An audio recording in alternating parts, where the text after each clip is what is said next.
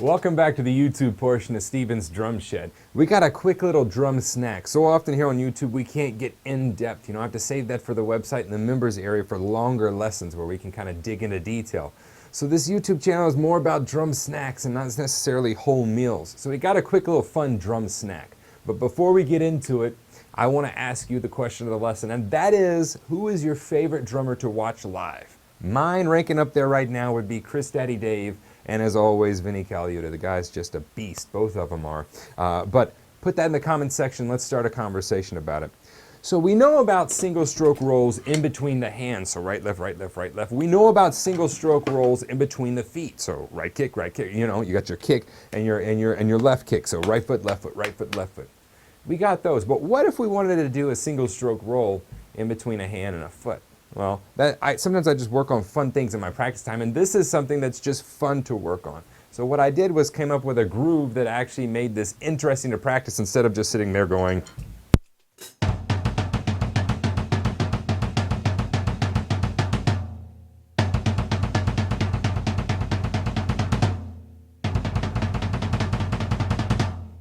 Right? Instead of just sitting there going over and over the same generic exercise, I thought, hey, well, let's come up with some kind of groove. So I came up with this rock tom snare pattern that allows you to incorporate the single stroke roll in between the right hand and the kick with this groove. The groove, we've kind of looked at this sticking before on this channel. It's going to be a basic, we're going to do unison. So unison, kick, kick. We're going to do that for 3 beats and 16th notes. So 1 E and a, 2 E and a, 3 E and a. 1 E and a, 2 E and a, 3 E and a.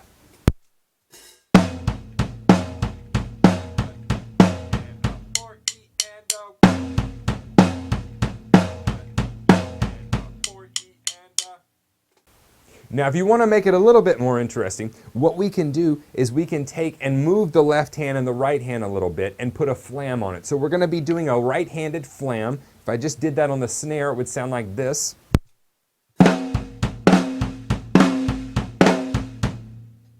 But instead, we're moving. The first flam will be on here on the high tom and the low tom. Second flam will be on the snare, alternating like that.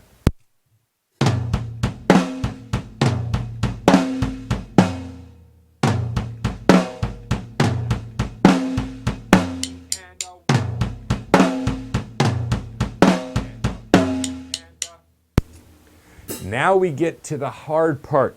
The hard part is going to be that last beat 4 because we're going to do 30-second notes. So that's going to mean we do 4 16th notes with this right hand on the floor tom, and then filling in all of the other 30-second notes on the offbeat with the kick. All right, so very slowly.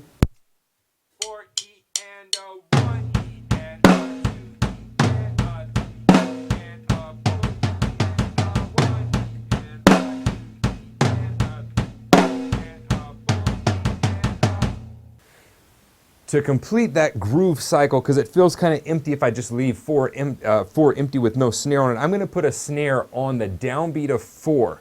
So the pattern now becomes this. It's going to be a unison on 4, not a flam. You have 4 flams and then a unison on beat 4.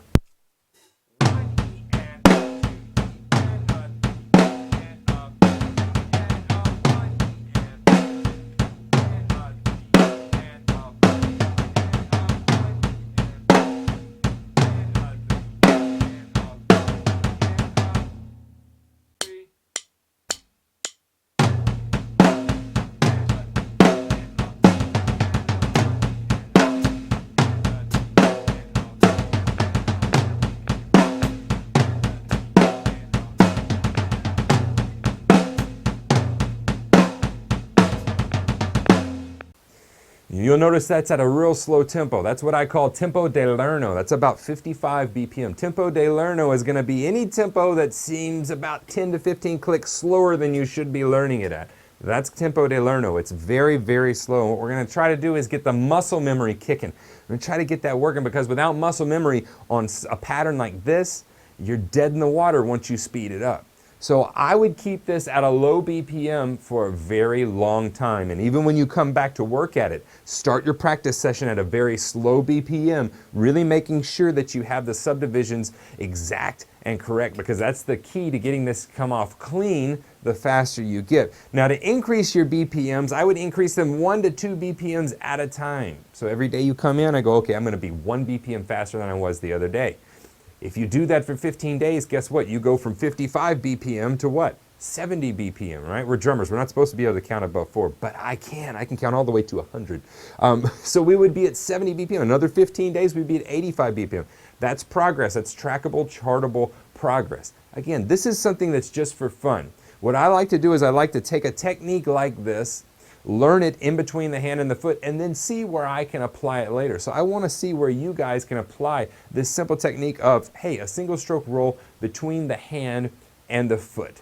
I will say this before we go. It doesn't matter what foot technique you use. I don't care if you use side to side. I don't care if you use heel toe. I don't care if you use toe up. I don't care if you are heel up. I don't care if you use heel down. I don't care if you use the slide technique. It's the same as matched grip, German grip, French grip, American grip, traditional grip. I know them all and I utilize them for different times when I'm playing. So whichever technique works the best for you, stick with that one. Don't go back and forth. Just find one that works for you and stick with that one for this particular exercise. Hopefully this has been fun for you. This is a fun pattern for me to work on and just have a good time with. If you got any more questions, you can always email me. And as always, go to the website, check it out. It's all new. We rolled it out a week and a half ago. So if you haven't checked it out yet, go over there, take a tour of it, and see what the lessons are all about. We'll see you next lesson.